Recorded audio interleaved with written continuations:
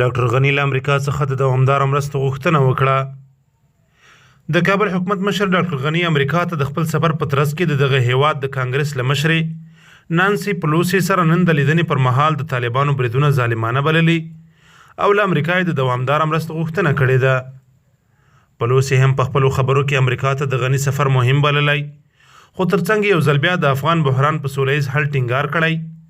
د پلوسي په خبره د امریکا او افغانستان اړیکې تاریخي دي او دوی هڅه کوي چې په افغانستان کې روانه جګړه هر څه ژر پای ته ورسیږي.